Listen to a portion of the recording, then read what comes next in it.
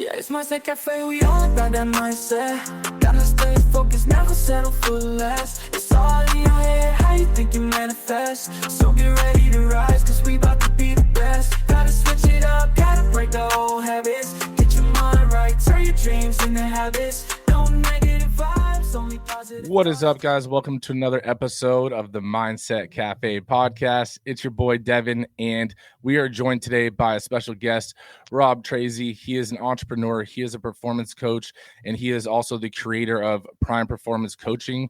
It is a program that really helps focus on breaking free of burnout and stagnation, and really for those people that are unfulfilled by their true potential, right? And he blends the physical, the mental, and some of the emotional development. And you already know with the Mindset Cafe, we dig into all three of those things. So I'm excited to have you, Rob, on today.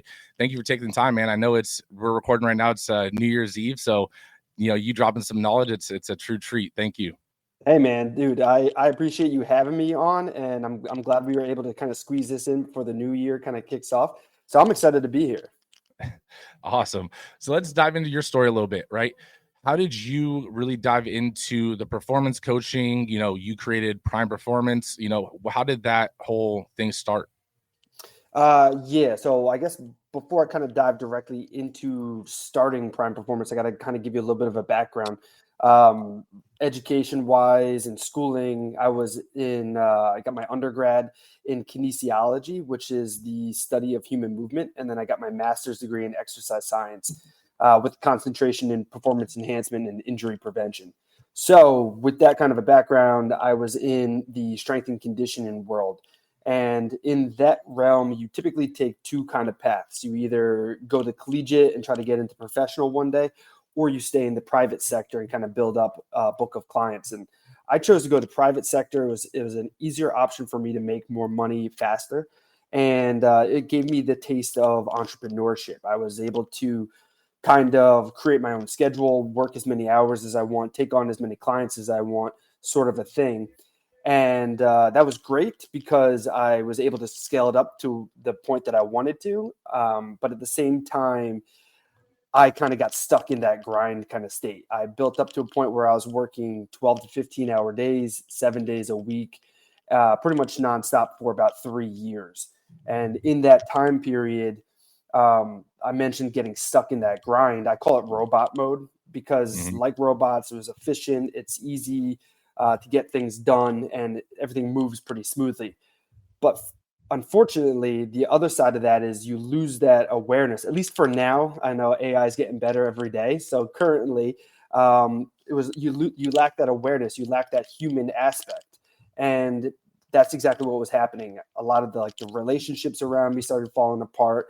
A lot of my body, my health, mental health, physical health, everything started falling apart. And missing out on a lot of important things like weddings, birthdays, friends, kids being born. And really the most important thing that I missed out on was the final moments with my dad. He got diagnosed stage 4 pancreatic cancer, and that came on pretty quickly.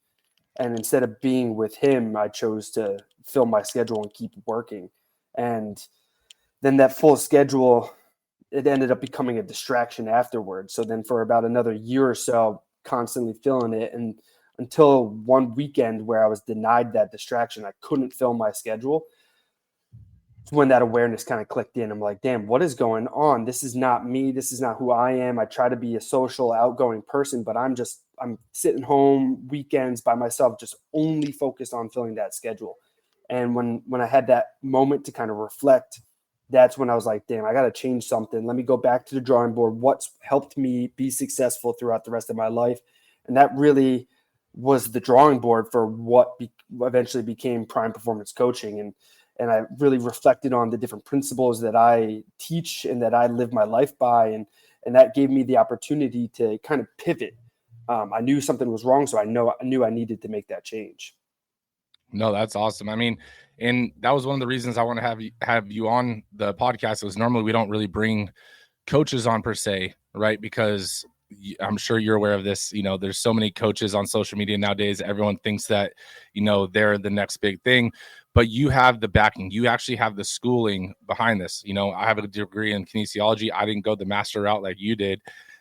but it's one of those things where you actually have learned and developed not just the psychology behind it, but you also have the science behind it, and you have the better understanding than just a gym bro that is just coaching someone, and they're saying that they're the next top coach, right?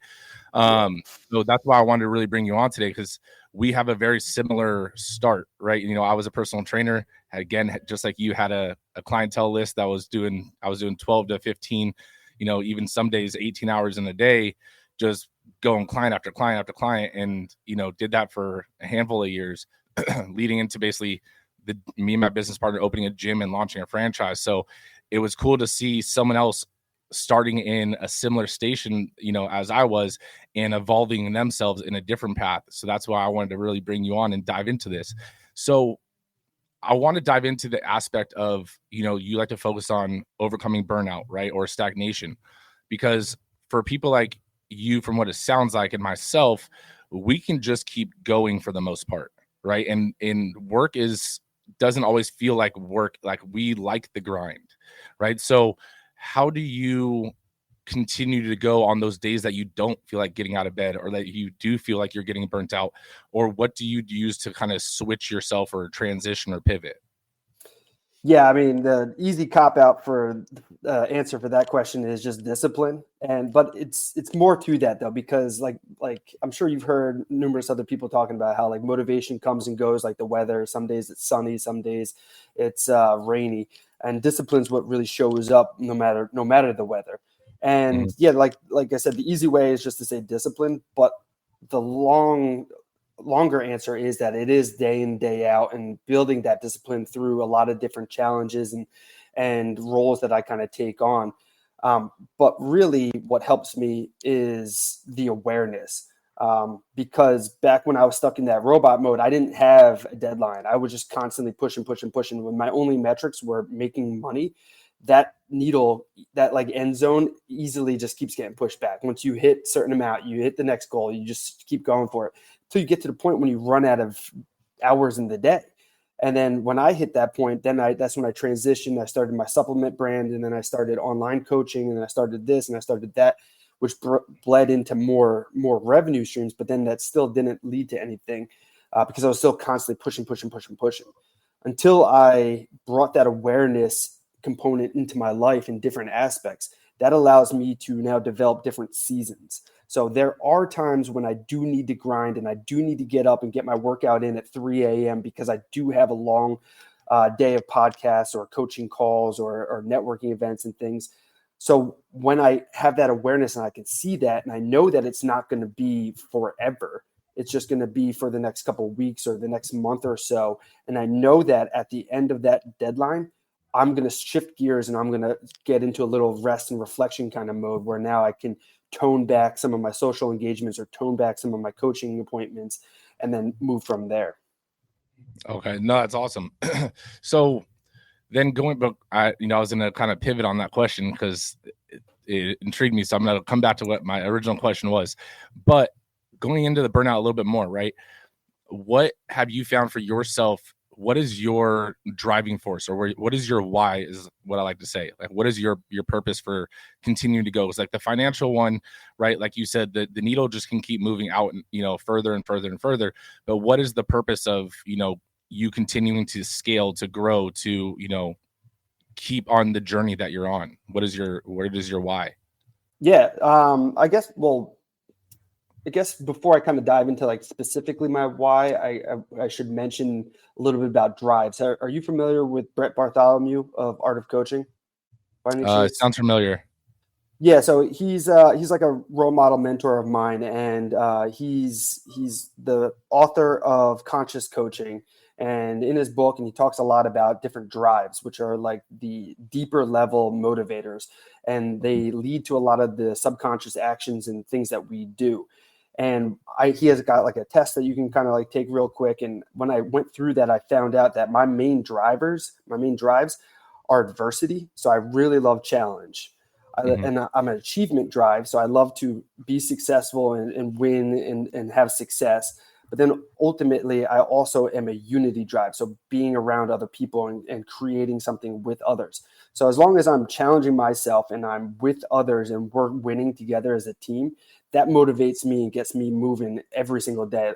It gets me looking for new challenges, new obstacles. And that's really what took my coaching and my motivation really to another level, because instead of just working on squat patterns and hinge patterns and PRs in the gym, now I'm working with people who have different struggles, like, oh, okay, I need to get in, I'm looking for a new job. How do I get my book launched? How do I connect with a certain amount of people? It's different challenges. So that motivates my adversity drive with other people, that fuels my unity drive. And then having those milestones to check off the achievements.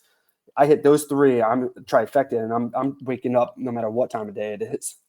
No, that's awesome. So you said there's 5 drives. There's unity. I mean, you mentioned 3, I believe: the achievement, unity, and adversity. What are the other 2 then?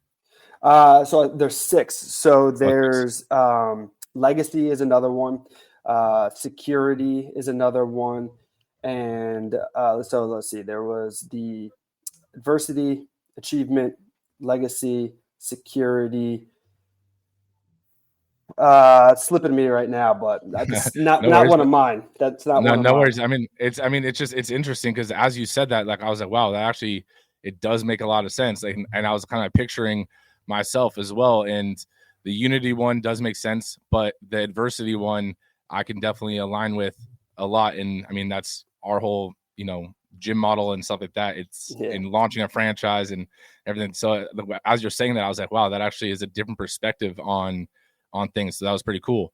But that other pivot I wanted to take, before I forget it, is you mentioned you have a supplement company. You kind of briefly went over that real quick, right? And what I think is interesting about that is it's not like, because entrepreneurs, for example, will think that they want to open a car wash, and then I'm going to open up a restaurant, and then I'm going to, open up a gym. And it's like all these different tangents.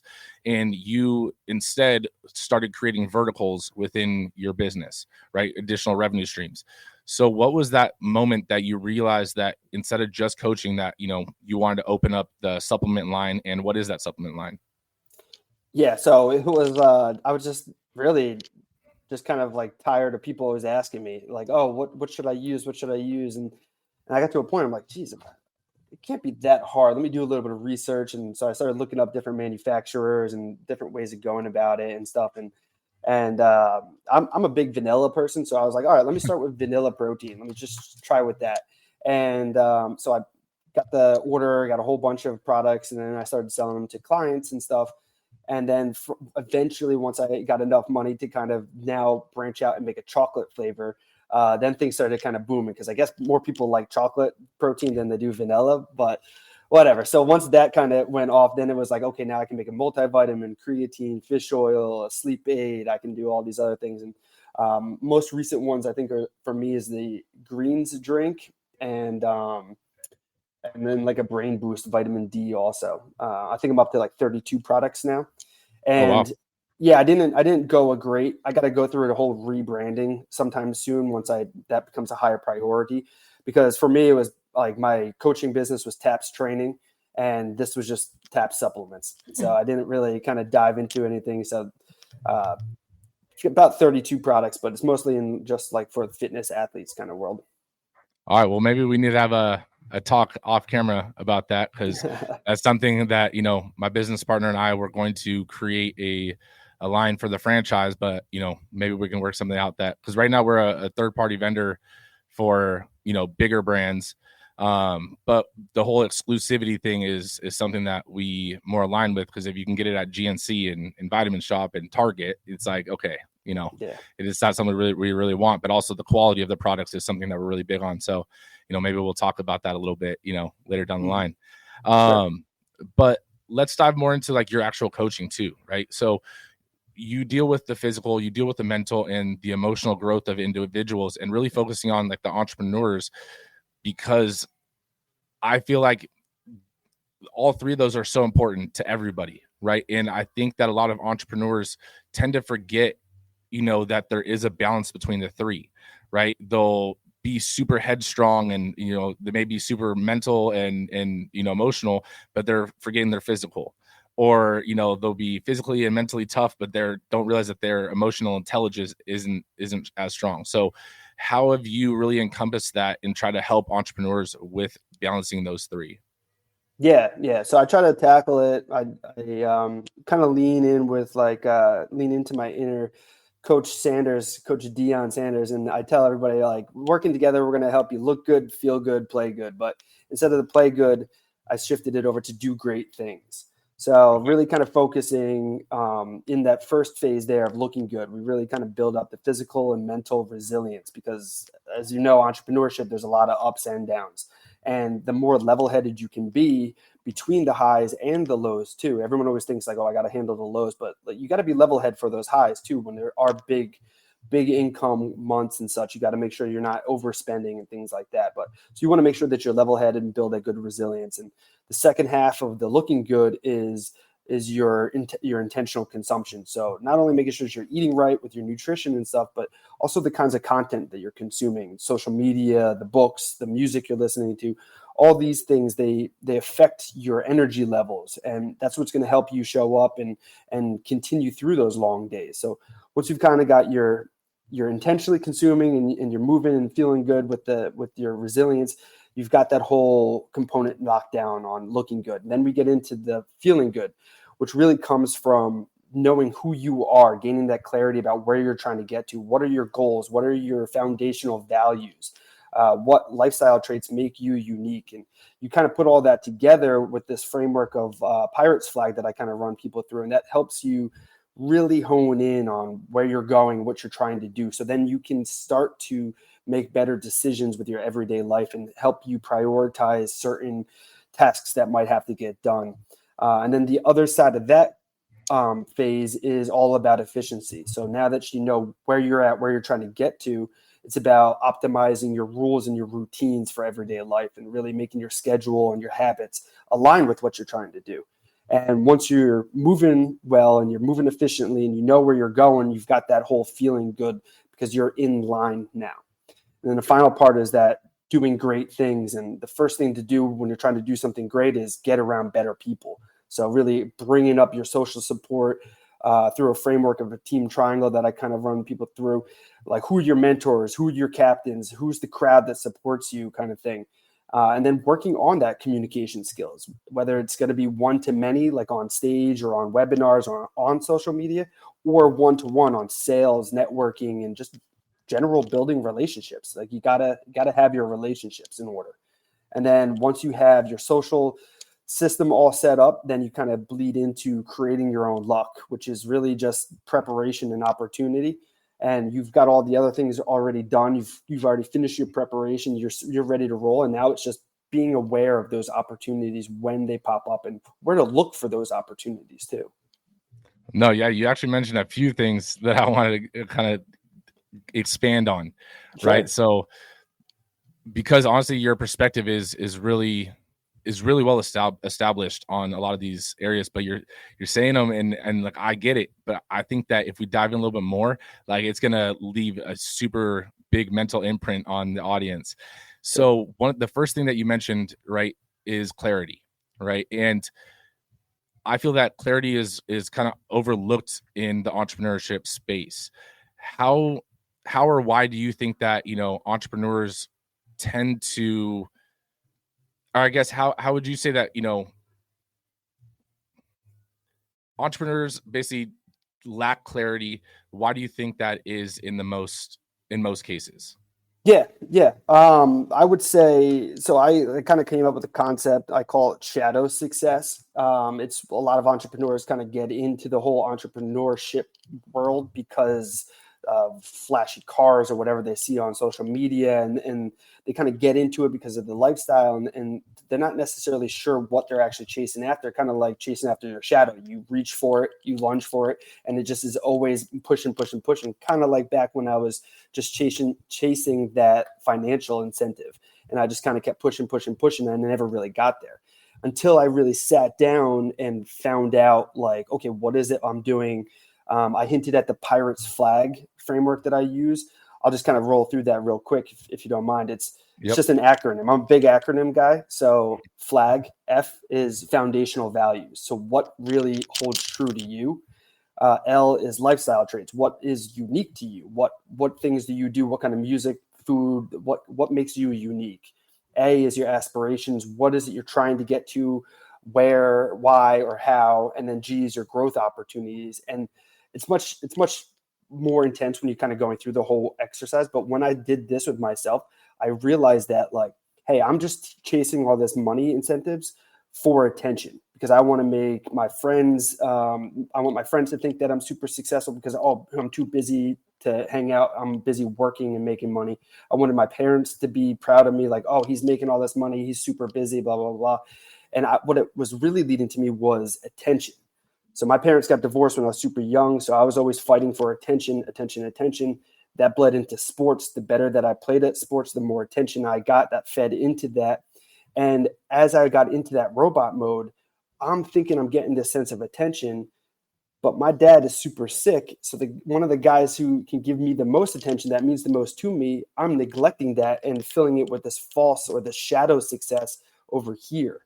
So I'm missing out on what I actually wanted, which was the challenge, which was the unity, and which was the achievements of being successful to people from those drives that I had learned about. So while I'm chasing the wrong thing, like a lot of other entrepreneurs are doing, chasing this shadow success, they're leaving themselves empty. They're leaving themselves drained. That's when burnout starts to come in because they're constantly lunging for that shadow success and failing to achieve it. No, it makes sense. So I do have to ask though, I love the acronym with FLAG, but what's the deal with the pirate part? I'm a big fan of the Pirates of the Caribbean. I used to love those movies. So when I was coming up with the acronym, I was like always watching that or always throwing that on in the background. So I was like, oh yeah, you got to fly your flag, fly your Pirates flag. Okay, got it. I was like, wait, I was like trying to think of why, or I was like, did I miss that? But no, but that makes sense. No, honestly, that makes a lot of sense, dealing with clarity and stuff. And so diving into the clarity, because you have to have clarity first before you can, the next thing you mentioned was optimization. You have to have clarity before you can optimize anything on what you need to optimize or where you're trying to go. What areas would you say that entrepreneurs should optimize first or look at to see where they need to optimize for maximum impact? Yeah, I mean, everybody's always super busy. Nobody has time to do anything ever. Everyone's always got things going on. But the real answer is if it's a priority of yours, you're going to find time to make it happen. And a lot of times, entrepreneurs, at least the individuals that I've been working with, their priorities are a little misaligned. And I'm actually currently going through a little bit of this too, trying to reorganize my schedule because I'm spending a lot of time in different areas of where they're kind of helping me build a little bit more revenue, but they're stalling me from making the bigger jumps in my revenue. So going into this new year, that's one of my commitments is making sure that I'm leveling up my coaching and making sure that a lot of individuals are getting into the right buckets. So I'm not spending time with people in the wrong buckets or wrong areas. And I think that's really is that like optimizing your habits, your schedule, your routines, these things. And sometimes it's not as easy when you're looking at it just with your typical everyday perspective. So having a coach or having a friend or a mentor or somebody who can kind of give you that other one, or if you can look at it from a different lens, hey, what am I really spending all my time on? Or, hey, how can I be a little more efficient with these things? And it's hard to kind of weigh those answers if you don't have that clarity that we were just talking about, because that clarity is going to direct which priorities matter. Yeah, no, I agree. And I think that most entrepreneurs may know what they should be doing. Like if you were to ask them, like give them their whole situation, but put a different name on it and be like, what should this individual do? They would be able to tell you exactly what they should do. But there's that like Solomon paradox where it's like, we can give the best advice and it's the hardest to take our own advice. So having a coach or having a mentor or someone to give you that reassurance or to kind of keep you on course, definitely can help. And sometimes even just give you a different perspective on a situation. Right. And that's where I want to tie into the next thing you mentioned, which was the networking aspect of it. Because in the last, few years, I realized in my own life and me and my business partner in the business aspect, like networking plays a bigger role than, I believed when I first started entrepreneurship. Right. And so what would you say that with networking, what is the secret for those that aren't networking to start building meaningful or strategic connections? Yeah. I mean, I'm a firm believer in that, like, collaboration is the new currency. Like, anybody who's got Mhm. that lone wolf kind of mindset where, like, oh, I'm going to do this on my own. Like, there's, what is it? Even raising kids, it takes a village to raise a child. Like, you can't do it yourself. There needs to be other people involved. And if you look at competitors as just straight competition, then it's going to slow you down and you're going to be too focused on those things. But if you look at, somebody told me this, it was, what do they call? They call them niche neighbors. So if they're like in the same realm as you, but they're the neighbors, you work together, you can always collaborate, you can run a project or a challenge together somehow, and you can, or jump in on podcasts and different things like that. It's like, using it to collaborate, you can cross-pollinate audiences, you can connect with other people, because at the end of the day, there's really one coach or another coach or fitness or anything. There's not really too much difference. It's these rules that everyone's teaching are pretty much straightforward. It's just the message and the delivery that each person's kind of saying. So, like, I've got people on my podcast all the time who say the same exact thing as me, but they say it in a different way, or they can connect with somebody in a different manner. And if my clients run over to them and seeking from help, then that's awesome. I'd love to team up and collaborate in any way possible, because at the end of the day, if you have that selfish mindset, you're not gonna be able to deliver better product to people, and then that's just going to eat away at yourself in the long run. And in terms of networking and building better relationships, that's where you really got to start. You got to stop like showing up to networking events like, oh, who can I sell? Who can I do this? Just go and genuinely connect with people, find a way to relate to other individuals, build a relationship. I love when I go to a networking event, I try to find one or two people that, like, I would like to go to have all you can eat sushi with. If I can find somebody who's cool enough to go sit down and have like 10 rounds of sushi with me, then I feel like I'm doing a great job. And like, right off the bat, like, they might not buy anything from me, I might not buy anything from them, but if we're connecting down the road, you never know who can connect who with somebody else. So it's all about going in and just showing up and being a better person, I feel like. No, definitely. I agree with everything you just said. And I think that thinking that, like you said, the lone wolf mentality, there's a place and a time for it, right? When you have to wear all the hats, right? In your business, you may not have the ability to network in terms of going to these big events, but that doesn't mean you can't network with the local community, the local other store owners and so forth. But when you're able to get a mentor or coach, like the way me and my business partner talked about it when we hired our franchisor coach, was this guy already went through it. He built his own franchise, launched it, got it acquired at 400 locations. Like, I want to condense my timeline to success. Right. And it's like, why am I going to go through over every single hurdle and obstacle and try to find the answer myself when this guy's already done it? So that's what you have to realize with networking, that can happen, not even just from a coach, but also just from someone else in another business. Right. It might be a different industry, but they've overcome similar obstacles in different aspects that you can use to help overcome your obstacles. And if you go to these events, like you're saying, don't go there to just pitch, because you're going to not create any connections. And honestly, you're going to leave a bad taste in people's mouth. But if you go there and you actually give value, and you, like you said, you may not sell anyone, but you might be able to refer someone that actually needs that business, like, that's going to grow and foster a relationship with that person, who's going to end up referring people to you in the long run as well, because you actually are genuinely trying to help each other. So I think that's so awesome that, you went into that area with it, because I've seen it firsthand, and it is 100% true and fact. Right. Yeah. And so going into the networking, tying that into something you mentioned, the luck creation. Right. This is something that I've spoken to people about in a different way, but I think it's so cool that I almost think that networking ties into luck creation to a degree. So can you dive into what you meant by, you create your own luck kind of thing? Yeah, so I live by that principle being how luck really just comes from preparation, when preparation meets opportunity. And so in my program, we've got 6 principles. That final principle 6 is that luck.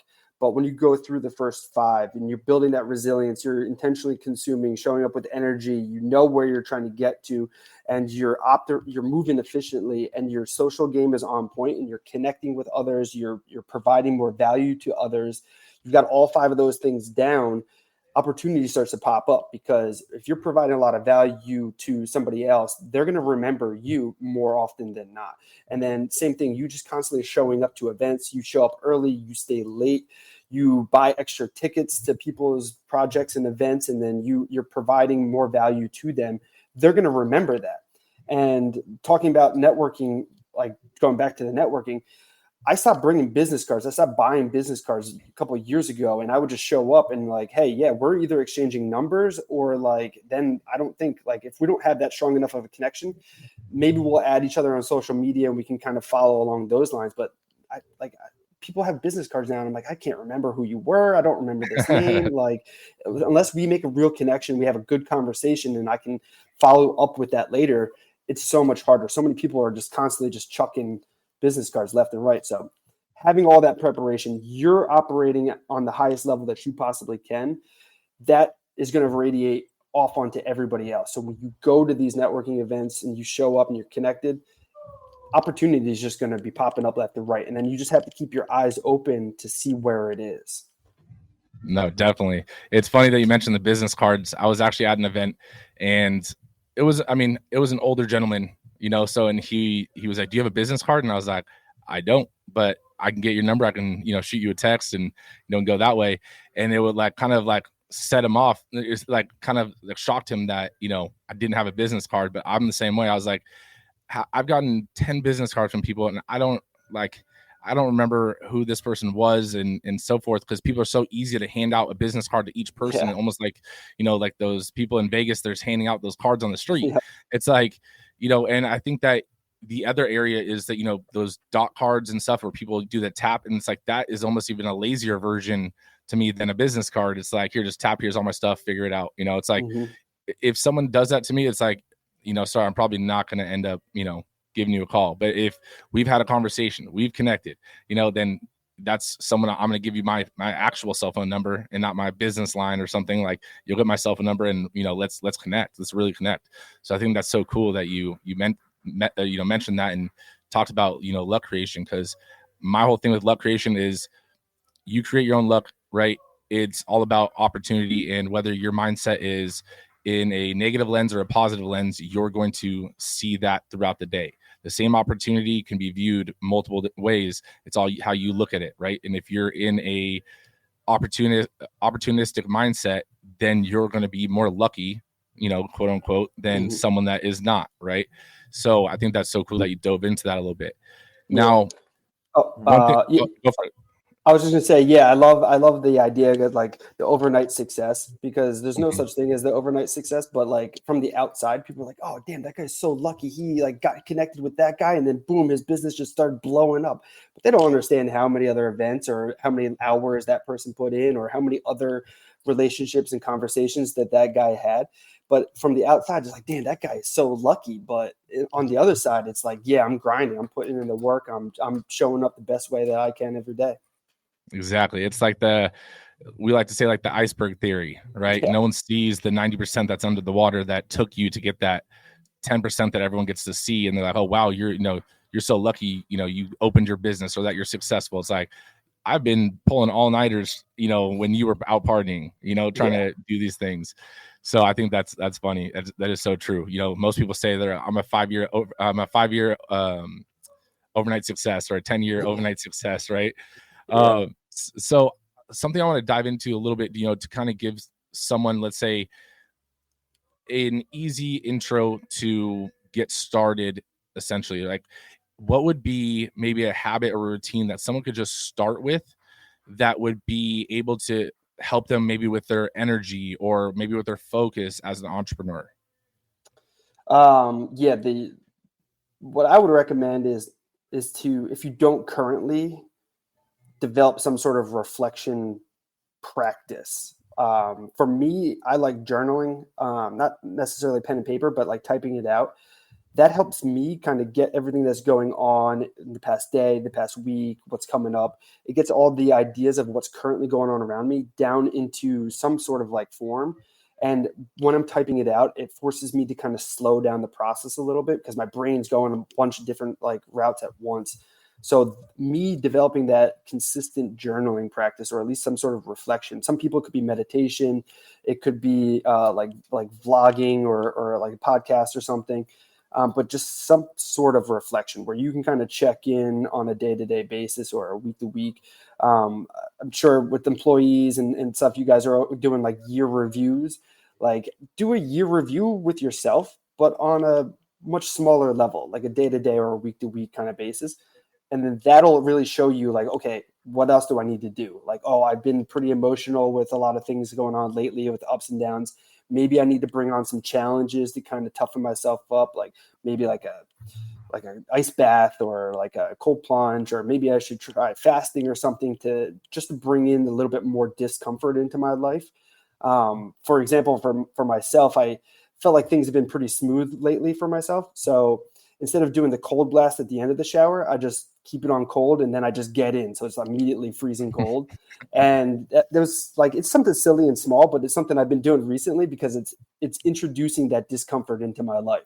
And then when I know I can handle that for a little while, then I'm like, okay, now I'm ready. I'm still on the top. I'm still top of the chain here. I'm still taking on challenges left and right. And down the road, it might switch to something different, but.